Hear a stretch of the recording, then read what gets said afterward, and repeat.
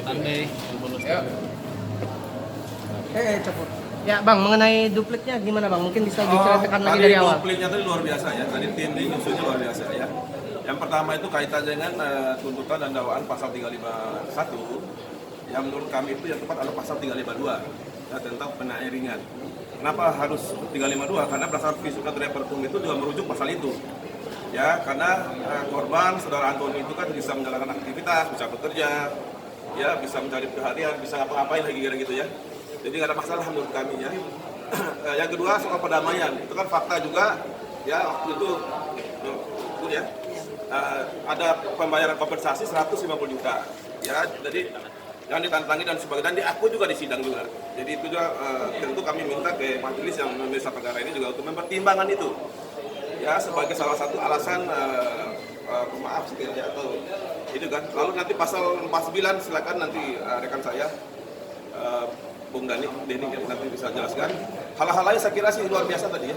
Mudah-mudahan nanti pada saat putusan itu juga hakim sama dengan kita memberikan keadilan seadil-adilnya, dan mudah-mudahan Kris Hatta dapat segera menghirup udara bebas.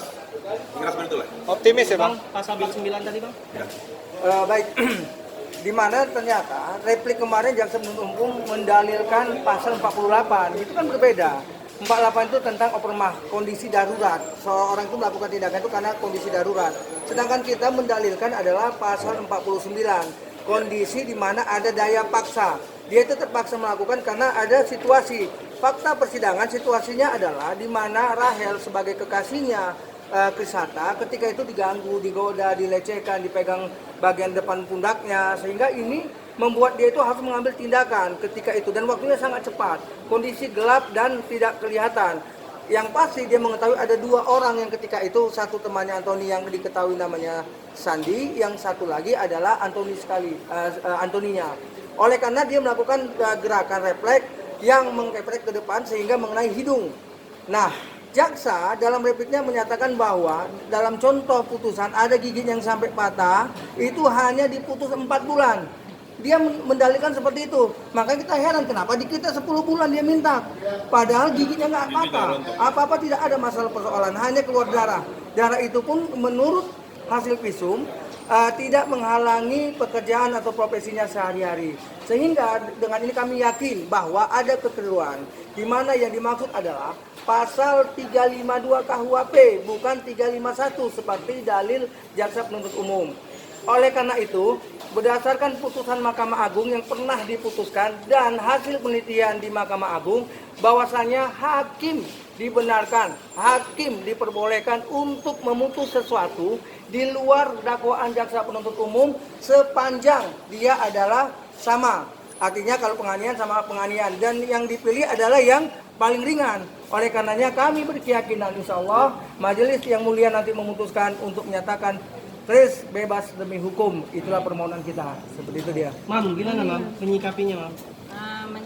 Menyikapinya hari ini lawyer semua untuk membalas replik kemarin bagus, dan itu juga memang tepat, the best untuk mamanya Kris, memuji lawyer Kris hari ini.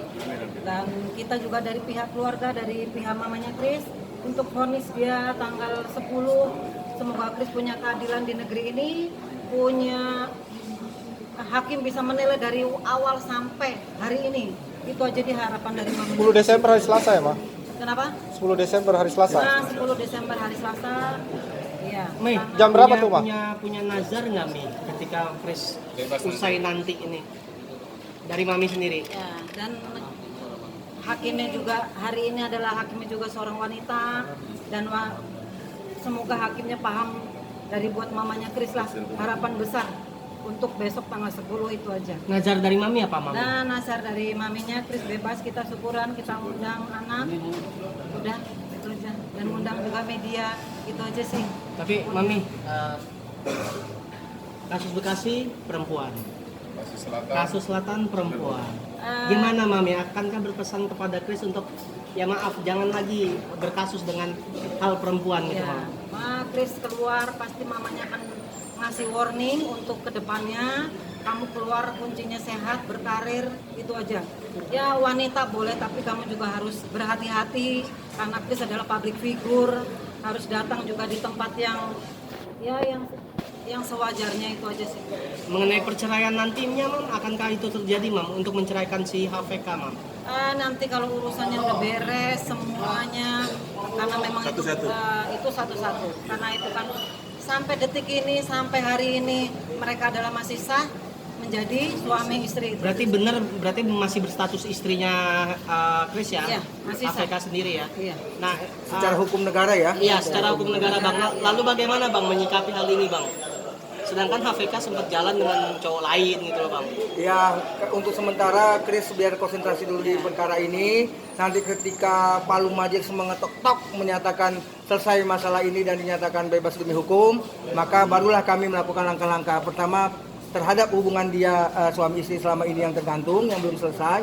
Yang kedua, orang yang bertanggung jawab dalam membuat dia sampai sekarang berada di tempat ini. Demikian. Perpanjangan masa tahanan gimana tadi Bang? Kenapa? Berarti habis nanti Selasa nanti, 120 harinya? Iya, hitungan kita majelis pasti memutuskannya itu sebelum habisnya masa tahanan, karena memang dari awal disampaikan oleh majelis dalam persidangan akan diputus sebelum berakhirnya masa penahanan, sehingga kami yakin dan percaya bahwa sampai hari Selasa belum habis masa penahanan Chris Hatta. Bang, tadi saya garis bawahi